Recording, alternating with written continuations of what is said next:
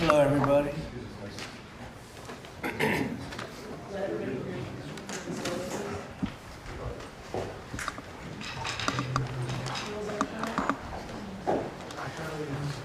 would you like to do this? Every single This is what you do. I would pass. How many times did that? too many. Do you get used to it? Yeah, you get used to it. You have to be careful. Every question's a hit. With you? Yeah. Imagine Travis grows up to be president of the United States of America, and you have a picture of him with President Trump when he was 2 years old. That would be historic. I got faith in him. Could You have a picture By the way, of President holding Travis. Yeah. Okay. Are you all set? All set, sir. Well, thank you very much. And today I'm thrilled to announce that one of the most respected pharmaceutical companies anywhere in the world, frankly, I know it very well, is Regeneron.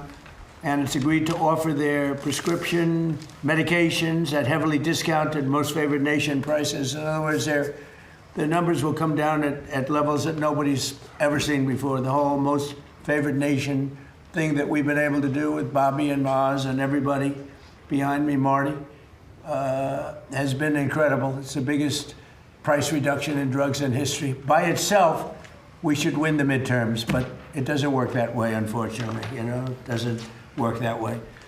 People forget too quickly, but we'll have it's the biggest cut in drug prices in the history of our country by many percentage points. With this announcement, 17 of the world's largest pharmaceutical companies, representing 80% of the branded drug market, have now agreed to sell their drugs to American patients at the lowest prices anywhere in the world. We're going to have the lowest prices in the world. This will result in the largest drop in prescription drug prices in the history of the United States of America. I mean, it should be front page news, but it won't be. It'll be back on page 19, but the people get it. That's why we're in the Oval Office, I guess. I want to thank Regeneron CEO, a friend of mine for a long time, good guy, great guy, CEO Len Schleifer, and Chief Scientific Officer George Yankopoulos, who are two fantastic people in the medical world, very respected. We're also joined by Secretary Robert F. Kennedy Jr. Bobby, thank you. Secretary Howard Lutnick, Administrator of the Centers for Medicare and Medicaid Services, Dr. Mehmet Oz, who's doing a fantastic job. They all are. FDA Commissioner Marty McCary, and Chief Counselor of Health and Human Services, Chris Klump. Thanks, Chris. Great job you're doing, Chris, wherever you may be. Thank you, sir. Oh, he's there.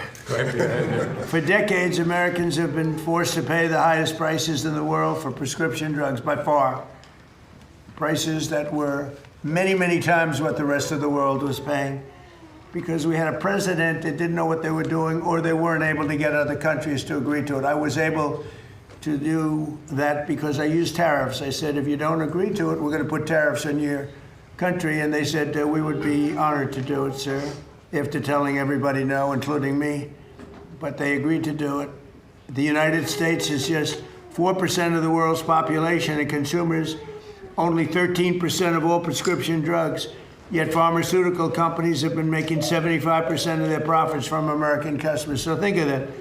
With 4% of the population and doing only 13% of all prescription drugs, the companies make 75% made, I don't know, maybe, hopefully they continue, because actually it's not as bad for them as it sounds. In fact, many of their stocks are up, because actually when the price goes up on the one end, they make up for the price coming down in the United States. So it really worked out pretty good. To address this chronic unfairness, I signed an executive order instructing my administration to do everything in our power to slash prescription drug prices for Americans while getting other countries to pay more, in many cases much more. But their other prices doubled, and sometimes they tripled, and ours would go down by 60, 70, 80%, even more. Today, we're building on our unprecedented success with Regeneron, committing to offer all new drugs moving forward at most favored nations prices. They'll make their current drugs available to Medicaid and MFN. That's most favored nation. Additionally, they'll also offer their current drug Praluent, which is the lower cholesterol and fight heart disease to all consumers at dramatically lower cost. It'll come down from $537 to $225 and be available at trumprx.gov. I didn't put the name. Bobby did and Oz did. It's true, actually. Remember I came in, I said, what's this? You But like they the name? It's said, nice. it'll be better, it'll sell better, would you help us? So I now have my name on medication, but it's doing great. I hear it's setting records, actually. I was watching the other day, and Mark Cuban, of all people, said, it's amazing what Trump has done with this. I can't believe when I heard him say that, I was sort of in a state of shock. But others have said it too. This whole thing it's turned out to be hot. So that's trumprx.gov. The company will also invest $27 billion to build up research and development and pharmaceutical manufacturing here in America, which is a big thank you very much. Today, I'm also announcing that the FDA has just approved a new drug from Regeneron called Otarmany, a gene therapy curing a rare disease that causes deafness. You know, people are totally deaf, and it's amazing. I've seen some work on it. It's actually hard to believe. We're going to talk about it in a minute. Normally, cures for rare diseases can cost millions of dollars, and really the results aren't that good. But in this case, I'm pleased to say that Regeneron will be giving this away for free for a period of time, for free. And here with us is 2-year-old Travis Smith. He was born deaf. Was he totally deaf?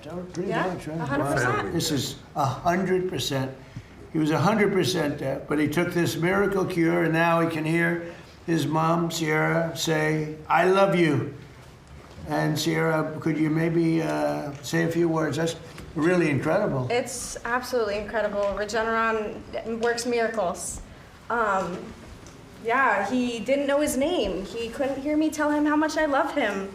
And now with Regeneron and this amazing surgery, he can listen to music, and he loves it, and he loves to dance, and he loves instruments, and I'm so proud of him, and he's been so brave through all of this. And yeah, now he can hear, and he has a bright future ahead of him, and I'm so thankful to everybody on the Regeneron team. Oh, that's incredible. I mean, even the fake news has to be impressed with this. They'll find a way to make it a bad story. He doesn't hear perfectly, but he actually does. It's about 1% off. They'll figure a way. How are you going to do it? You got to explain. No, they're genius. They are genius. I respect them a lot. But I just want to thank you, Sierra. That's incredible. Your family. Thank you for having us. He's a beautiful person, too. That's a beautiful boy. Thank you. Hi. Thank you. His life is a happier life? Oh, yeah, he is so full of energy and love now, and he was such a So you serious see baby. such a difference. Yeah, he was such a serious baby. And he before was that, full of fun. it's very tough for... Oh, for sure. He can't tell me what he wants or what he wants to eat or what he needs, and now he'll be able to do that. And Wow. It's life-changing. That's a great job they've done. I want to thank Regeneron and other companies for doing their part to bring down the cost of health care for all Americans under our Most Favored Nations agreement. We've secured gigantic discounts with price differences from 4 to 5 and even 600%. 600%. One of the most popular weight loss drugs has gone from $1,350 a month to as low as $199 a month. So that's a price that's incredible. So it used to sell in London for $87. And they raised it to $199, which is a big raise if you know, from $87 to $199. But that's been going on. Our country's been being ripped off for 30 years. How long would you say, Doug? Like 30, 40 years? Yep. For years with drugs and drug prices. So they're going up. We're going way down. And because the world is a bigger place than we are, believe it or not, it's hard to believe that, but they are. That we go down much more than they go up. So they don't go up as much as people would have thought. So they're going from, they're going to $199, and we're going down all the way down. Think of that. We're going down from $1,350 a month to $199. That's, nobody would believe it. And this is true with all. I mean, this is the weight loss drug. but this is true with all drugs. Sometimes even more of a difference than that, sometimes a little bit less, but sometimes substantially more than even that difference, and you see what that is. So we cut the per cycle cost of IVF drugs by thousands of dollars, and we reduced the price of the major COPD medication from $458 to $50. What? That must be a typo. Is that a typo? From $458 to $50. If your boy was here, he'd go, wow. He left, he got bored. I think he got a little bored. He wants to go into bigger and better things, but there's nothing bigger or better than this. They'll all be available right now at trumprx.gov. So it's, that's why it's doing well. It's not doing well for other reasons. It's doing well. Think of that. That's some discount. But we have others. And these are all top companies and top medications. And I think in the end, we're going to have every company involved. We're almost there right now, but we're going to have every company involved. So TrumpRx has already received more than 15 million visitors, and every American should log on to check for massive discounts before they go to the pharmacy. It's setting a record. Nobody's ever seen anything like this. I've actually had many companies, I shouldn't tell you this, Bobby, but there have been many companies say, sir, we'd like to buy from you if you could. What? TrumpRx.com. I said, it's not for sale. It's not me. It's the government. The government owns it. I don't own it. But they're all impressed. These pharmaceutical companies, they said they've never seen anything like this.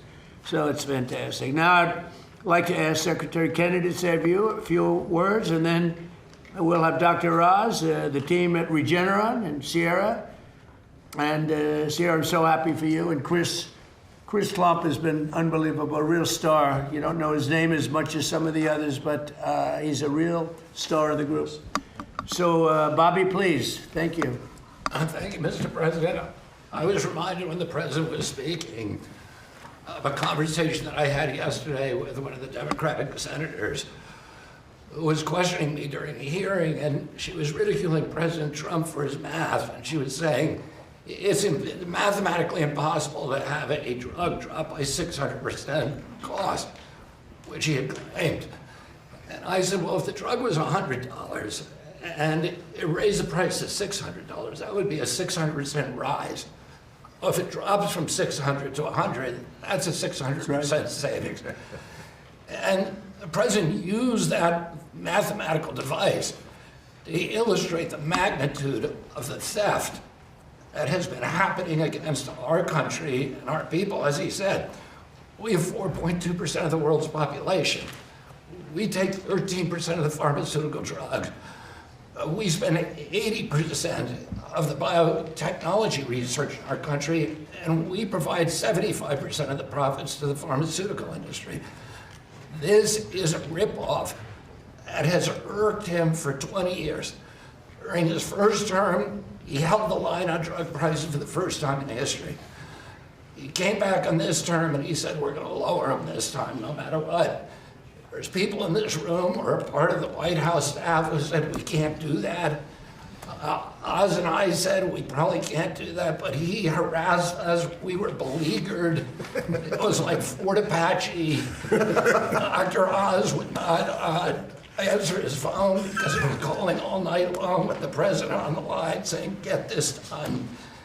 And we brought in this amazing superstar, Chris Klump, and he negotiated these agreements that people said were impossible. I want to thank him for his leadership, Chris, and I want to thank George and Lynn, who are the co-founders of this this company of Regeneron. Their generosity, their idealism, their love of this country, and their compassion for these children who are injured. Thank you. Thank you, Bobby. Amazing. It is amazing. And you're right, I took a lot of heat. I'd say 500, 600, 700. But we also say sometimes 50%, 60%, different kind of calculation. 70, 80, and 90%. And people understand that better. But there are two ways of calculating it. But either way, it doesn't make any difference. Whether it's 60, 70, or 80%, nobody's ever heard of it. But it's also 500, 600, 700, depending on the way you want to look at it. So the way you word the calculation. It's either one. But Bobby, you're doing a fantastic job. We wanted somebody out of the box, and we got him, right? I would say we got him. And Bobby, he's a great guy, actually. So, Oz, how about saying a few words, please?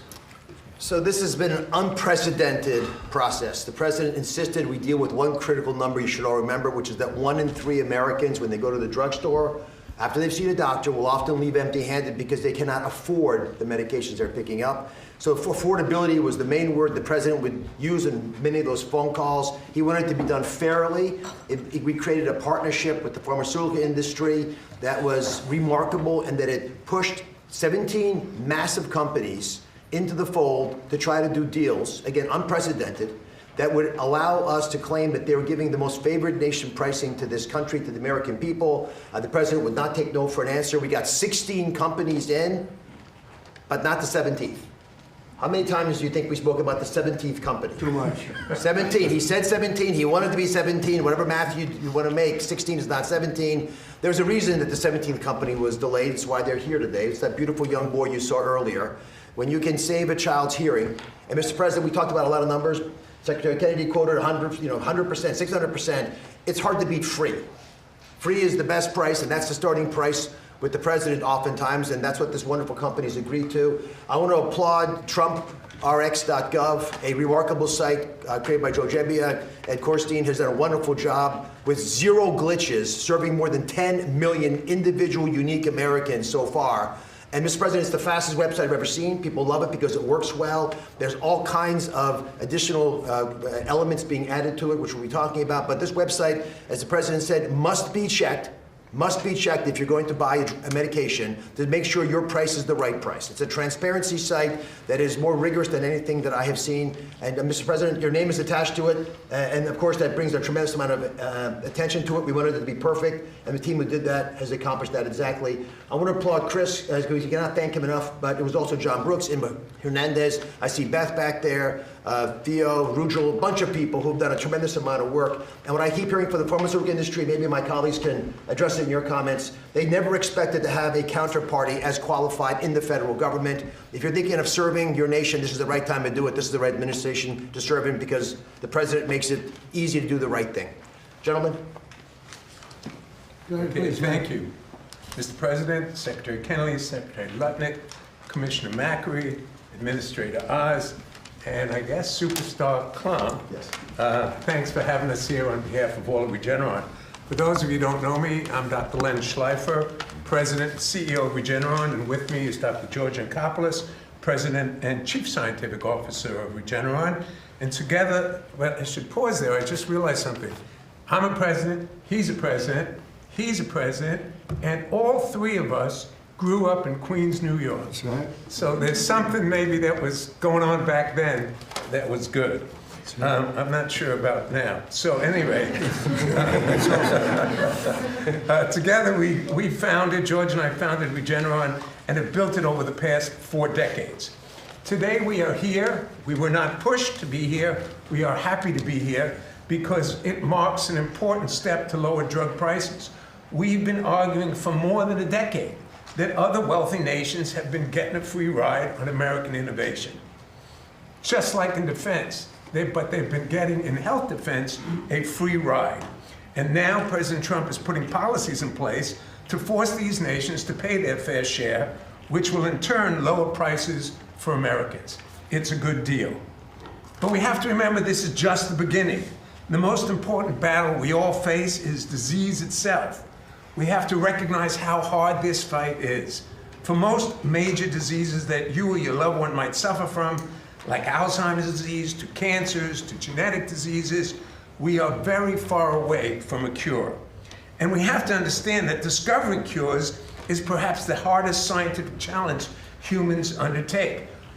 Much harder than getting to the moon, not that we don't like that, but much harder than even getting to Mars or making the next generation of cell phones or electric cars. Hard like staring into the unknown for years, sometimes decades, with no guarantee that anything you're doing will ever make a difference for somebody like Travis. Regeneron is a great example of both the difficulty of the challenge, but also of the potential reward. We spent 25 years and billions of dollars, not millions, billions of dollars before we produced our first important medicine, or even earned our first profit. Maybe should have been or might have been fired, but we stuck with it. Our relentless commitment to disruptive innovation ultimately turned us into one of the most productive biotechnology companies in history. We have produced, thanks to George and his team, new medicines at the rate of about one important medicine a year for the last 15 years, including truly miraculous advances impacting millions of lives. And we have two people here who are living proof. Mr. President, when you were ill with COVID, it was Regeneron's monoclonal cocktail that you affectionately dubbed the Regeneron. We love it. And that helped save your life. That was invented by George right here and his team. George? Well, in addition to the president, we had a few minutes ago Sierra's beautiful boy, Travis, who was born without the ability to hear, as you heard from Sierra. And the same company and the same dedicated team of scientists that helped save the president's life also delivered a first-of-its-kind gene therapy known as autonomy. So Travis can now hear his mother, as she told you, tell him that she loves him. Hard to think of a greater gift. And just like you, Mr. President, who made our antibody treatment for COVID free for all Americans and thus saved many lives, we have made the decision, the unprecedented corporate commitment, to provide this first-of-its-kind gene therapy for hearing loss free to all the children in the United States who can benefit from it. And we do this, why? To hopefully highlight the power of disruptive biotech innovation and all the good that it can bring to all of our lives and our health. But we have to remember, despite the miraculous advances like autonomy and like the regenerative COVID treatment, we also have to highlight how far we have yet to go to address the many diseases that lack effective treatments. And the cures will not be coming unless we not only celebrate the advances of the biopharma industry to date, but we all work together, private sector, together with the government, to not only maintain America's position as world leaders in biotech innovation, but to actually bump up innovation and become even more disruptive. Especially in a world where China is increasing investment and heavily subsidizing its biotech industry and reducing regulatory hurdles so as to try to displace America's leading position. President Trump's efforts to make drugs more affordable, as well as new FDA programs, such as the Commissioner's Voucher Program, that bring safe and effective new medicines like autonomy to patients more quickly. These are important steps. One additional important way that I've been talking to the administration about to maintain our leading position in the world is to create catalysts and accelerants for our industry and for the healthcare system, such as developing a national healthcare database linked to molecular data, including human sequence data, where Regeneron once again is a world leader. Without such big data sets, powerful new technologies such as AI, despite its potential, will not be as useful as it could be in the quest to develop new medicines and improve healthcare. The biopharma industry of America has and will continue to deliver miraculous breakthrough. You, Mr. President, and young Travis are living testaments of that. But many more lives need to be helped and saved. We need to attain a new level of disruptive innovation. We have to all work together to meet this challenge. Why? Because lives are at stake. Let me briefly say something. I'm married to a lawyer, my son is a lawyer, but I'm going to talk about the Constitution, and I'm not an expert. But I know our Constitution lays out a vision on how America would out-innovate, outproduce, out-thrive every other nation on earth. And in it, you will find a description of a system built on incentive and reward. A system that says, take the risk, do the work, and you will share in what you create. That is why they enshrine patent protection directly in the Constitution, not as an afterthought, but as a founding principle. As Abraham Lincoln said, another great president, patents add the fuel of interest to the fire of genius. We must keep that fire burning. What we did here today will do that. Little Travis can now hear for the first time, and his potential is endless. Let's make sure he grows up in a country that never stops reaching for the next miracle. Thank you, Mr. President. Thank you, Lynn. It's great to be with you again. Chris, could you say a few words, please? Thanks, Mr. President. It's not lost on me that this year is America 250, and it's powerful, I think, to pause and remember that 250 years ago, a revolutionary free republic was born, and with it, the greatest innovation engine in the history of humanity. And we stand here today, 250 years later, getting to witness yet another groundbreaking innovation that doesn't just treat, but cures deafness in children. And because of this president and his policies around most favored nation, will enable families who are struggling and suffering with this affliction to have access to that groundbreaking therapy for free. Now, as the president mentioned, we've negotiated the 17th of 17 agreements. This represents 86% of the branded pharmaceutical drug market in the United States. But anyone who knows us knows that we're not done. That's a milestone, it's not the finish line. And so we have 3 core objectives that are next up. Number 1, and this is already underway, we are negotiating with the many hundreds of biotechnology and pharmaceutical companies representing that other 14% that are building the cures for tomorrow. To all those who are listening, I hope that we have proven that we are credible and reliable and trustworthy partners. We want to sit with you, we will listen to you, we will take the time to understand your businesses, not only as we negotiate on behalf of every American family for affordability, but also to ensure that you're best positioned to create the cures for tomorrow. Second, we continue our work on negotiating international trade agreements.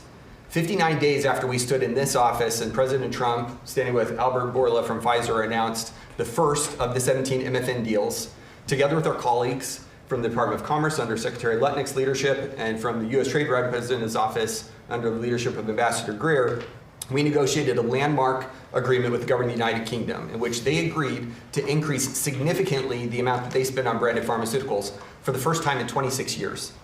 That work continues with other countries. And third, we will continue our work with our partners in Congress to codify the principles that underpin these most favored nation deals so that these savings for American families and this innovation that is unleashed at the same time persists for decades to come, so that the 1 in 3 or 4 families that Dr. Oz mentioned, standing at a pharmaceutical counter or pharmacy counter right now, wrestling with the decision that no family should have to make of whether or not they can pick up their prescription because they can't afford it, will no longer be the case. And at the same time, we know that there are roughly 20,000 known diseases in the world, and we have a treatment or a cure for fewer than a quarter of those. And so this president and his policies is not only safeguarding affordability for American families, but is ensuring that we continue to bet on American exceptionalism. We bet on innovation. We bet on the principles that have taken us to this place in 250 years for the next 250 years. Thank you, Mr. President. Well, thank you, Chris. Great job you do. Maybe you want to talk about rescheduling while we're here? Just say what you're doing and Yes. the progress that you've made. Great. Well, Mr. President, today is another promise made, promise kept day.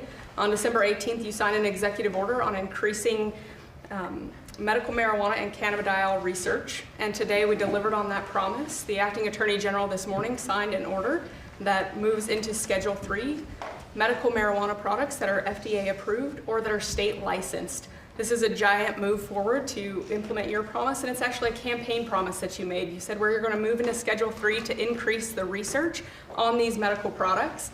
And just wanted everyone to know that 1, you make promises, you keep them, and 2, what does Schedule 3 mean for state licensed medical marijuana products? We will begin implementation right away of this order. It does not legalize marijuana. It makes it easy for the researchers to actually study and understand medical marijuana, especially in populations that are using it. We know that 1 in 10 seniors right now use medical marijuana in the past year, and they report that it really helps them, but we don't have the science or the understanding to guide the patients and the doctors, and so both patients and doctors are flying blind without knowing how they interact with other medications because the research has been difficult to do. And so your promise today says those state licensed medical marijuana products are now in Schedule 3, and we expect the research to significantly increase so that we can understand how to guide patients and doctors in this effort. And there will be additional actions that will come this summer to do an expedited hearing for the administrative hearing of the Department of Justice for all of marijuana to move into Schedule 3. And the military is very happy about it, and a lot of people suffering from big problems, which this seems to be the best answer. They're very happy about it, so the rescheduling is starting, and that's a big thing, rescheduling. They kept saying, what about the rescheduling? And so, great job, I appreciate it. I want to thank Mr. and Mrs. Howard Kessler. He's one of the most successful men in the world, actually, and he had some medical difficulties, and he came upon this by accident, in a way, and he said, well, he had to go through a lot of different medications, and he said this was the one that was much better than anything else. And so he experienced it. He didn't benefit by it other than from the standpoint that he lives a much better life now. So hopefully you don't need it, but if you do need it, I hear it's the best of all the alternatives. But I want to thank Howard Kessler and Michelle Kessler.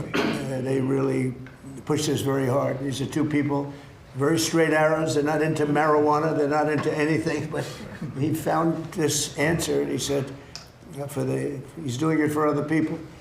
And so Howard and Michelle probably, they're watching or they'll be hearing about it. But they worked very hard to get this done. And it's an honor, and you've done fantastically. You all have, and I appreciate it. And a man who's doing an excellent job is Howard Lutnick. He's in a little different sphere. He's not in the medical sphere, but he knows what it all means. And from Commerce, he's the Secretary of Commerce. Howard, would you say a few words for us? Sure. So in partnership with Bobby Kennedy and Memonaz and the whole team, when they do Most Favored Nation, we also ask the company to reshore and build their drugs here in America, because too many of our drugs, our key drugs for our health, are being made overseas. And in a conflict, we can't rely upon them. And I'm honored to say that our partners from Regeneron have agreed to reshore their production of pharmaceutical drugs, and this is exactly from your pharmaceutical tariffs. That's the point. So that means $448 billion of drug manufacturing is coming to America because of your tariffs, because of your pharmaceutical strategy. And we are proud to invite Regeneron to do this giant build in America, and all the rest of the pharmaceutical companies. They've committed to build in America because of your tariff policy and your strategy. And because of the tariffs, it's been amazing, actually. We have Eli Lilly and Pfizer and all of the companies. We had, I guess, 7 of them here at one time, which was interesting to see, but they actually got along with each other pretty well. They stood right behind me, the biggest companies in the world, and they're all building, Eli Lilly's building, I think, 5 major plants, which without tariffs, they would have built none. I said, how many would you build without none? They were all making these products in other countries, a lot of other countries, actually, not just China, but a lot of other countries. And I think by the time I leave office, they'll be mostly operating these, they have an incentive to do them quickly, big incentive, like the tariffs go up if they don't. And remember, if they do them here, they don't have any tariffs to pay. It's an incredible incentive. And if they don't do them here, they have a very substantial tariff, so they get penalized. And it's bringing countries, not only drug companies, but car companies. AI is a different thing altogether, but even there, but the AI is, we're leading China in AI, we're leading everybody in AI. We're leading now, and car companies are coming from Canada, they're coming from Mexico, Germany, Japan. They're pouring into our country because we're very smart, should have been done long ago by other presidents. We were the car capital of the world 50 or 60 years ago, and then they just started taking them away. We were the chip capital of the world, and now, Intel. And now they're coming back. All the chip companies are coming back. You may say a word about that, Howard, real fast, because what we're doing with chips are incredible. And all we're doing is saying at the end of a year and a half, 2 years, if you don't have your chip company, you're going to pay a tremendous tariff to put chips into this country. And they are building, I think we'll have close to 50% of the chip market very soon. Right now we had nothing. We had virtually nothing. And they're coming in from Taiwan. They're coming in mostly from Taiwan because that's where chips are made, but mostly from South Korea, Taiwan, various other countries, but they're coming back to America. We're bringing them all back. It's a revolution. Nobody's ever seen what we've done. There's never been anything like what we've done. We have $18 trillion being invested. That's for 11 months. And the last administration had less than $1 trillion in 4 years. We have, in 11 months, over $18 trillion Howard, do you want to talk just for a second about the chip market, because it's explosive? Sure. So you've got semiconductors, you've got leading edge logic, you've got high bandwidth memory, and you have foundational chips. And America had a couple of points, 3 or 4% market share. And we are, of course, the biggest demand. And the president gave the order, let's get these factories, these fabs built in America. And our expectation is we will have $1 trillion of these fabs. These are factories. This is not the hyperscalers buying chips. This is literally the making of the chips, right? We had Micron, $200 billion, TSMC, $165 billion. The list goes on and on. He negotiated a great deal with Taiwan, $500 billion coming to America. We'll have $1 trillion of semiconductors. That's part of his $18 trillion, but it's foundational for us to take care of ourselves. Well, thank you very much. Now, I'll go off subject for a minute, but I think it's very interesting, and I hope you go over and take a look, because it's happening right now as we speak. But first, if you look outside, so we had flooring outside, we had slate, and it was coming to pieces. It's been there since the early 1940s, and it's a path to the Oval Office. It's a path to the West Wing, and it was terrible. It was broken, bad shape. The whole White House has been in bad shape. It's right now in better shape than it is. I think the day they built it, this is better right now. But we're putting magnificent new granite. It's called charcoal. It's black granite against the white, beautiful white walls. We've stripped all of the paints off. We had 200 years of paint, and we've redone it, and it's beautiful. You can see the building, but you can also see the columns, everything else. But we're replacing, and they're working right outside. If the press wants to go and take a look at what they do, really pros. You see the way large slabs of black granite. Granite is rated as, this particular granite, over 1,000,000-year life.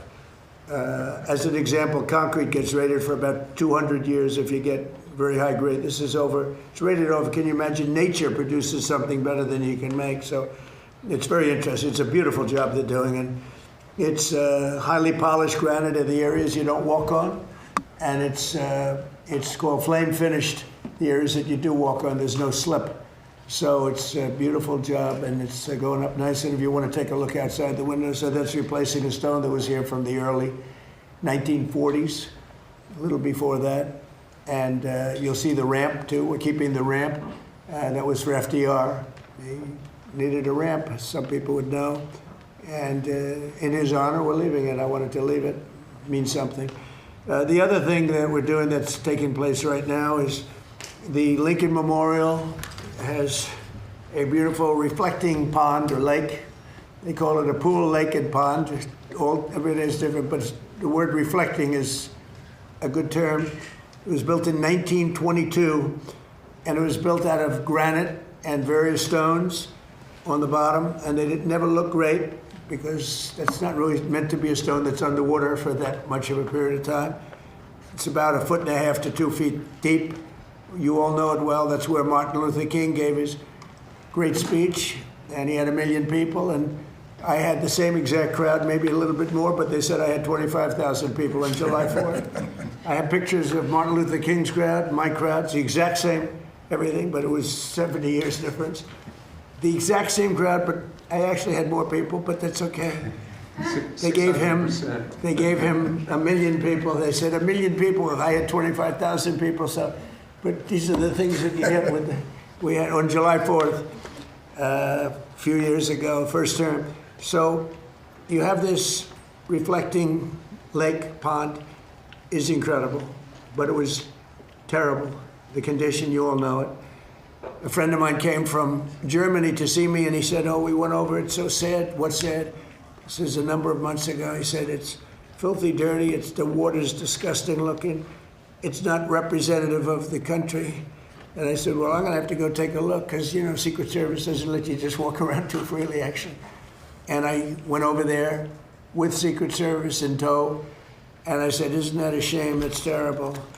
And so they had bids from the Biden administration, Sleepy Joe, and they had bids for years. They were going to do something to fix it, but they never got it done. And it's so important for our country. Everybody knows this. It covers the Washington Monument, Lincoln Memorial. It's in between. It's 2,200 feet. That's taller than any building in the world if you lay it down on its side. Think of it, 2,000. That's a long, over 2,000 feet long. Such would be many swimming pools, many, many, many stacked up together. But it would be the equivalent of the tallest building in the world, plus laid down on its side. So it's very big. It's very wide, actually. It looks narrow because it's so long. And so the pricing was coming in over the years, but it came in sort of recently that it was going to cost $301 million to fix it. It was going to take 3.5 years. So they had to take all the granite out, which is there again, 1922. And it was leaking like a sieve. You couldn't keep water, couldn't keep anything. Granite's not the right stone for that, right stone for that, but not for that. And I said, you know, I have an idea. It's 301 million. It was going to take 3.5 years. So remember those numbers, 301 million. This is a business study. And it was going to take 3 to 3.5 years. And over the years as a developer, I have probably built more than 100 swimming pools in different buildings I built. And I have some really good pool builders. I also had some really bad ones, but we took care of them.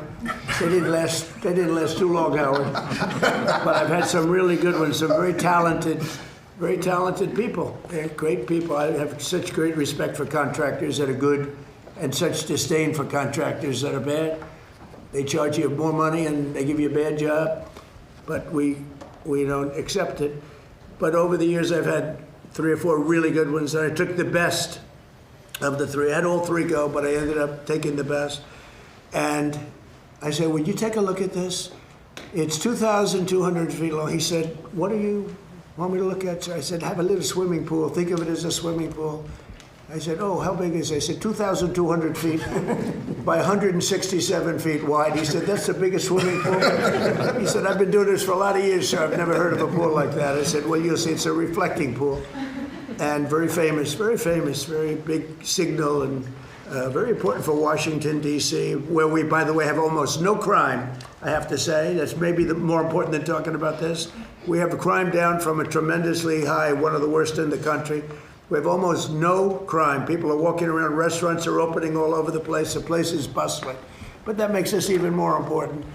So instead of being a dirty, disgusting place where garbage was in it and everything else, and I want to give Doug Burgum incredible credit because he was involved, the Secretary of the Interior. He was involved right from the beginning. I called him, I said, Doug, I'm getting a lot of complaints about the condition of this. What do you think? And he went over, he studied it, and he came back with some ideas. But I said, you know, Doug, I have a guy who's unbelievable at doing swimming pools. Up the road, we have a club. We have an Olympic-sized swimming pool. He did it 20 years ago, and it's perfect to this day. So I asked him, I said, I have an idea. I'm going to send my contractor over and take a look. He looked at it. He called me up. He said, sir, we can do something on it. He said, it's perfect, actually. He said, it's really decaying, and it's a terrible condition. But if you would, I'd like to work 2 weeks on cleaning it up, which is, if you see right here. I'd like to repoint and fix some of the joints. It won't matter because we're putting a substance over the top, but it's nice to have a nice surface. And he said it'd take me 2 weeks. And if you don't mind, then I'd like to pour the latest and greatest filament or material, which is essentially a pool surface, but it's industrial grade pool. And he said, what color would you like, sir? I said, well, what about turquoise, like in the Bahamas? He said, well, this is Washington, sir. We can give you turquoise, but why don't you try, like, we have a color. It's called American flag blue. I said, that's the color I like. He talked me into it very easily. So he said, that's the color I like. So he came in, and remember, 3.5 years. You have to take all the granite out. Then you have to put all brand new granite in. Take years to do it. Over 300 million. Our job will take 1 week and will cost about $1.5 million. And people said, wow. And here's the only difference, because somebody said, well, the difference is, no, the difference is this is much better. This will last 30, 40, 50 years. And if it didn't, you do it again quickly if you want. So it's being done now, and I think I think you'd find it really amazing to go take a look. So here it is. You see the trucks. He's got scrapers and all sorts of equipment to make the stone as good as possible without removing it. So we're using the existing surface, so we don't have to spend millions of dollars in demolition. And he said, much better to leave the stone than it is what's underneath. They're afraid to look. And so you see it's beautiful, clean, it's ready to be taken care of. Here's a sign that we put, and so Doug Burgum and myself are involved in that. But when you take a look at the surface, we have it in good shape, and they just started today putting down the material. It's a machine. It lays it very evenly, beautiful. It goes from one side to the other. It'll take about 3 days. And you're going to end up with a beautiful, beautiful reflecting pool, the way it's supposed to be. Much better than it ever was, actually. It'll stay clean. We even have robots that go in it, and they ride around the bottom, and they clean it like your swimming pool. But these are a much higher level. This is industrial grade, and it's really beautiful. So you're going to have a beautiful pool, and you'll have it for July 4th, long before July 4th. Instead of taking 3.5 years, we're taking a week. And instead of spending $301 million, we're spending less than $2 million. And I think it's a great business story, because there are many things like that I see. I mean, not maybe to that extent, but there are many things like that I see. I often talk about the pen. This pen's better than the one that they used to give away for $2,000. I won't go on a long story about that, because a couple of people said, he kept talking about the pen. No, I gave you the whole history of it. Actually, many people found it interesting, and some people thought I was doing too much of a weave. But actually, it was a good story. But this pen, for $3, $5, $2, whatever the hell it costs, is better than the one for $1,000 to $2,000 that you used to hand away. So that's the short version of it. I like the short version better. But the long version is this one. So this is an amazing thing that's happening, and this is a big, big beautification. In addition to that, the sidewalk areas around it, which were done in granite, similar granite to that, actually not as nice as we have here, to be honest with you, but the people that did it weren't in the world of real estate like I am. But they have good granite, circling it, and we're going to repoint it, meaning we're going to caulk it up and repoint it, make it good. And we're going to also sandblast it. It'll be like brand new. So we're going to have, in another couple of weeks, we're going to have the most beautiful reflecting pool between the Washington Monument and the Lincoln Memorial that you've ever seen. And I hope the media can go over and maybe watch them do it, because I think it's very exciting. And so a fraction of the cost and a fraction of the time, and you get a better product than you could ever get the other way, and it'll be beautiful. And as he said, it will be American flag blue. Any questions, please? Yes, sir. Could you talk a little bit about why your Navy Secretary was fired yesterday, sir? He's a wonderful guy. I just put out a statement about him.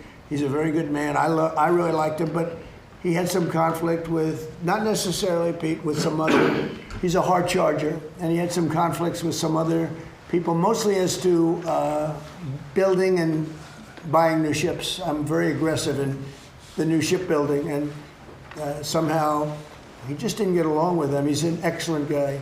I think he would have gotten along great with me. I didn't really deal with him too much, but he's I consider him to have done a very good job. I put out a nice statement about him. You got to get along, especially in the military. You got to get along, and some people liked him, some people didn't, and that's usually the truth about everything. But I found him to be a very good man, and I liked him a lot. On the war with Iran, how long are you willing to wait until you get a unified response? Don't rush me, Jeff. Guys like you want to say, oh, so we were in Vietnam for 18 years. We were in Iraq for many, many years. We're in for I don't like to say World War II, because that was a biggie, but we were 4.5, almost 5 years in World War II. We were in the Korean War for 7 years. I've been doing this for 6 weeks, and their military is totally defeated. They're outside of the little wise guy ships. I call them the wise guy ships, the little boats that they have running around with guns in them. We'll take them out too when we see them. But their Navy is gone, their Air Force is gone, their anti-aircraft is gone, all of their anti-aircraft machinery is gone. Maybe they loaded up a little bit during the 2-week hiatus, but we'll knock that out in about 1 day if they did. We've done an amazing job. Their leaders are gone. You know, their leaders are all gone. Part of the problem is that, that's why I can't really answer your question. They have all new leadership and they're fighting like cats and dogs for who's going to control. Because we've created a real mess for them, but they've created a mess for the world over the last 47 years. They've killed a lot of our people. When you see a soldier, a young person, or now an older person, but a person without legs or without arms or with a face that got blown to pieces, most likely it was from Iran. It was Soleimani who I killed. Soleimani loved the roadside bomb. He was an evil genius. He was a brilliant general. Probably we wouldn't be as far advanced had I not taken him out. That was the beginning of it all. And then I ended the Obama horror show. The nuclear transaction that he made was horror. It gave him a road to the, you call it, I mean, what the deal that he did, the Iran nuclear deal, was so bad. It gave him a road to a nuclear weapon. And I will tell you, I deal with him.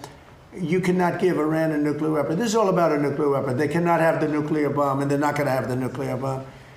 So we've taken out their military. We've hit about 75% of our targets. We stopped a little early because they wanted to have some peace. And we have a blockade that's 100% effective.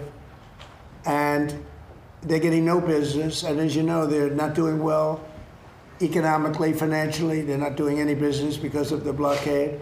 They want to make a deal. We have been speaking to them, but they don't even know who's leading the country. They're in turmoil. They're in turmoil. So we thought we'd give them a little chance to get some of their turmoil resolved. But, you know, and I hope the fake news, people like you, I hope the fake news are going to be able to write about it accurately, because when you say, oh, they're fighting very well, they're not fighting well. They've been obliterated, Jeff, obliterated. 159 ships are in their Navy. You know how many ships are at the bottom of the sea, Jeff? 159. So, you know, and if you read the New York Times, the failing New York Times, subscriptions are way down, as you know.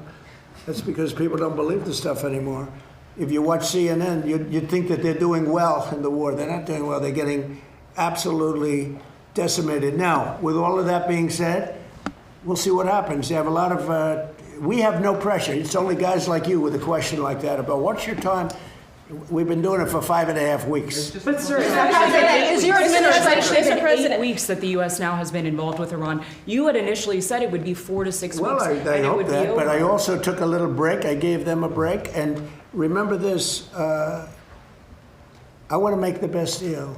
I could make a deal right now. Do you know that if I left right now, we had a tremendous success. It would take them 20 years to rebuild, but I don't want to do that.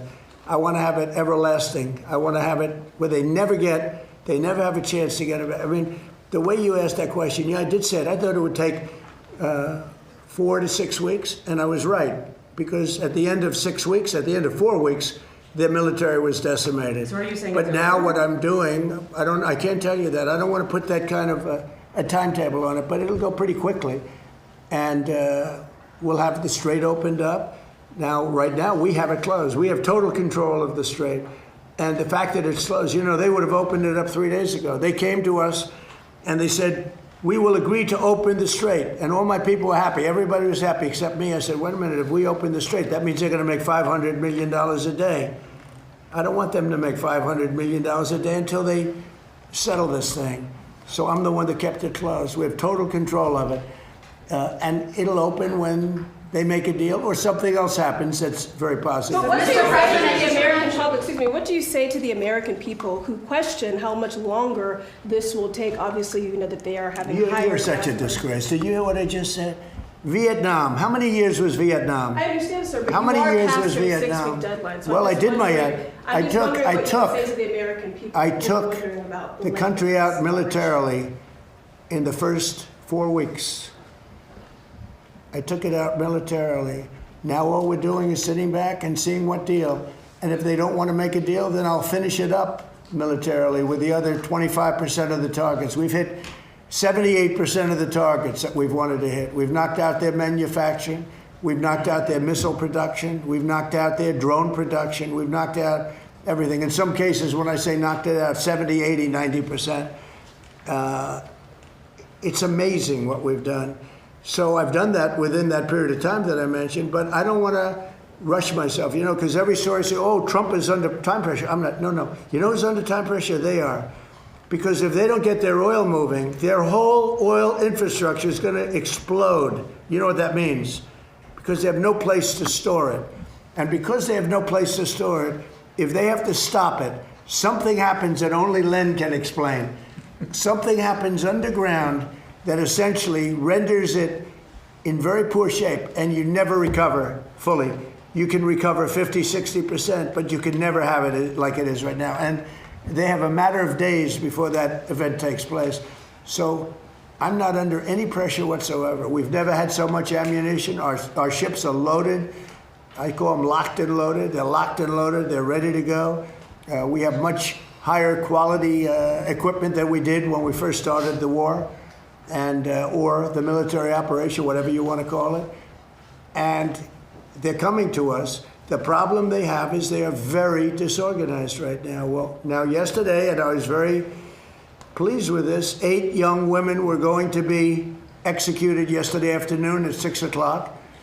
And I asked them, call it a favor or call it just a moral request that they not be executed. And they came back with an answer that they won't be executed. They're going to release, it was protesting. 8 beautiful young women, very young women. And they were, the pictures in the paper. And it's been a story for a little while. And I saw that and I said, let's see if we can save them. And it was very nice what happened. So they're not going to be, what they're doing is, as you know, they're releasing 4 of them very shortly, and they're going to keep 4 of them in jail for a period of 1 month and release them, so they won't be executed. Yeah, please. So if you're asking for more time to sort out negotiations with Iran... I'm not asking you for more time. I'm not asking for them. No, it's not more time. I'm not asking anybody for more time. If you need more time, does that mean Americans should anticipate spending more on gasoline for the foreseeable future? For a little while. And you know what they get for that? You know what they get for that? Iran without a nuclear weapon that's going to try and blow up one of our cities or blow up the entire Middle East. You want to see what shock would be? And I have to be honest, the stock market is at an all-time high right now. I thought it would have been down 20, 25%. When we hit, wait a minute, wait, can I finish my question? Sure. Wise guy. Stock market's at an all-time high right now. I projected, and I'm pretty good at this, that the stock market, Howard, would drop maybe 20%, 25%. And I understood that. And I said, hey, it's a bad thing, but I have to do what's right for the country, even the world. Because you can't have them, you cannot let them have a nuclear weapon. So the stock market, unlike what a lot of people were predicting, I thought they weren't necessarily wrong. The stock market today hit an all-time high. Hit an all-time high yesterday, the day before. And it's staying there. I thought oil would go up to maybe $200 a barrel. And oil is at a different number than anyone thought. In fact, this country is much lower because we have all the oil we can use. We're actually, ships are coming from all over the world to Texas, Louisiana, and Alaska. They're coming from all over the world to get oil from the United States, while this is closed, the Hormuz Strait. So if you look at what I said, I guess it was right, because I said I'd have it 4 to 6 weeks, and in 4 weeks we have totally defeated their military. So right now, I don't want to rush it because you guys are, trying to make us look as bad as possible. I don't want to rush it. I want to take my time. We have plenty of time, and I want to get a great deal. I want to get a deal where our nation and the world is safe from lunatics with nuclear weapons. Yes. And if it does go to 200, are you okay with that, sir? If oil goes to 200? I think that there's nothing worse than a nuclear weapon that takes out one of your cities or 2 of your cities or 3. I think there's nothing worse than a nuclear weapon that's going to destroy the Middle East, including Israel. I think there's nothing worse than Europe being under attack by people that have missiles now that reach Europe. As you know, they don't reach us, but they reach Europe. But they will reach us at some time, probably the not too distant future, unless we stop them now. I think there would be nothing worse than having nuclear holocaust in Europe, London, Paris, various places in Germany, all targeted. No, what I say is you can't let them have. I don't think it will happen, by the way. I really think we actually, it turns out that we are drill baby drill, and it turns out we're producing a lot of oil, and they're buying the oil. They're going to Alaska, they're going to Texas, Louisiana, and our guys have done a fantastic job. We're putting out right now more oil and gas than we ever have in the history of our country. And one other thing, there are more people employed today in the United States than ever in the history of our country. Okay. I have a question, sir. Is it true that your administration is considering sending 1,100 Afghans to the Democratic Republic of Congo? And if so, do you have a response to I launch? don't know. I'd have to check that. Do you plan to Please, no, behind Thank you, you, Mr. please. President. Breitbart News' Matt Boyle just published an interview with Greek Prime Minister Mitsotakis, in which the Prime Minister said that he's rooting for you to succeed in getting a deal with Iran. And he also said he looks forward to hosting you in Greece later this year. Do you have any It's very response? nice. No, it's really nice. I mean, Greece has been very supportive, actually. Greece has been terrific. He's a terrific guy because he understands the importance of it. You know, oil goes up a little bit. I hate it. You know, I was the one that had it down to $60 a barrel. And I looked at guys like Howard Lutnick. Howard, you remember it well. I said, well, we just hit an all-time high in the history of the market. Think of this. When we hit 50,000, I was told, everybody was told, when I won the election, November 5th, they said, well, during the 4-year period, it'll be impossible for the Dow to ever reach 50,000. It'll be impossible for the S&P to ever hit 7,000. Impossible. And you remember that, Howard, right? It was going to hit maybe 6, 7 years, 8 years, but I did it in my first year, hit 50,000. Now it's just about at 50,000, and S&P is higher than it was when we started. And S&P hit over 7,000, and that was before the year ended up 1 year. So I can only tell you this, it'll end. I don't think it'll be very long, by the way. They're delaying it because we don't know who to deal with. They are in, you know, they know who the leader is in this country. We don't know who the leader is in Iran. Because remember, regime change. Khomeini is gone. He's gone to greener pastures. He's gone, and all of his team is gone. Then a second group came in, they're all gone. And now you have the third group, and they're a little concerned about being gone too. Sir, would you use a nuclear weapon against Iran? You posted on Truth Social a few weeks ago. We don't need it. Why do I need it? Why would a stupid question like that be asked? Why would I use a nuclear weapon when we've totally, in a very conventional way, decimated them without it? No, I wouldn't use it. A nuclear weapon should never be allowed to be used by anybody. Have you planned Iranians given a timeline of when they could give you a proposal? All very much looking forward to. Prince Harry today has said that he would like to see you do more to end the war in Ukraine. Do you think it's appropriate for a royal to make those comments ahead of the visit on Monday? Prince Harry? Yes, sir. How's he doing? How's his wife? Please give him my regards, okay? No, I don't know. I know one thing. Prince Harry is not speaking for the UK. That's for sure. I think I'm speaking for the UK more than Prince Harry.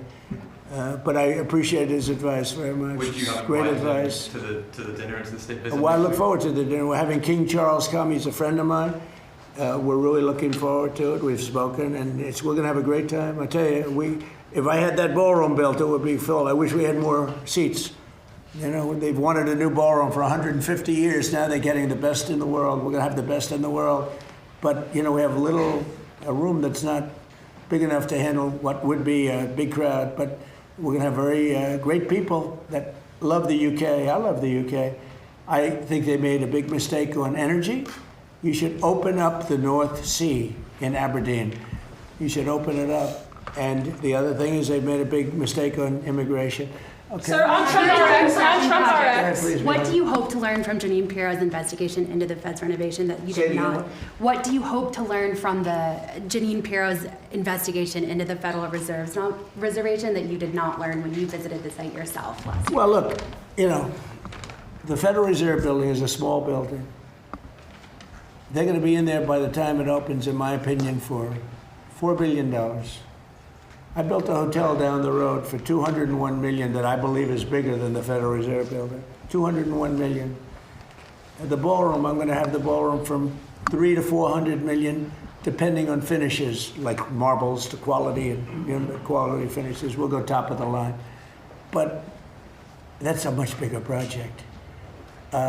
When you look at the fact that they've taken this beautiful building and destroyed it, they've taken down the beautiful ceilings with eagles, they've taken down the walls that are 1.5 feet thick, masonry. You couldn't hear from office to office. They ripped it all down. They ripped down, because Kevin Warsh, who's terrific, said, gee, the saddest thing is they ripped down the nicest building in Washington for boardrooms and all. Did you know about that building? They ripped it down. It was beautiful. The boardroom building, it was beautiful, and they ripped it down. And probably because it cost so much to fix it. So I would have done that job for $25 million, had money left over. It's gonna cost more than, in my opinion, it's not gonna open for a long time. You know, Kevin may not be able to have an office. I'm gonna have to get him an office. Can you give him an office? Yes, space. Bobby, do you have some space over there, please? Yeah, we have a lot of space. But he has more than you think. But we're gonna have Kevin sitting right next to you, Bobby. But it may not open for a long time. I looked at it the other day. It's a see-through. See-through. You know, that means the walls already been up yet. This is after years and years of construction. And somehow, you have to find out what went wrong. That a small building, I could have done it for $25 million and had money left over. It would have been beautiful. That a small building can cost $4 billion. It may never open. It may never open. And we have to get to that. On top of that, he's been terrible on interest rates because he should have lowered interest rates. That's why I call him Jerome Too Late. Too Late is his nickname. Jerome Too Late Powell. He likes me a lot. Thank you very much. If you like this video, then like, share and subscribe to ET Now.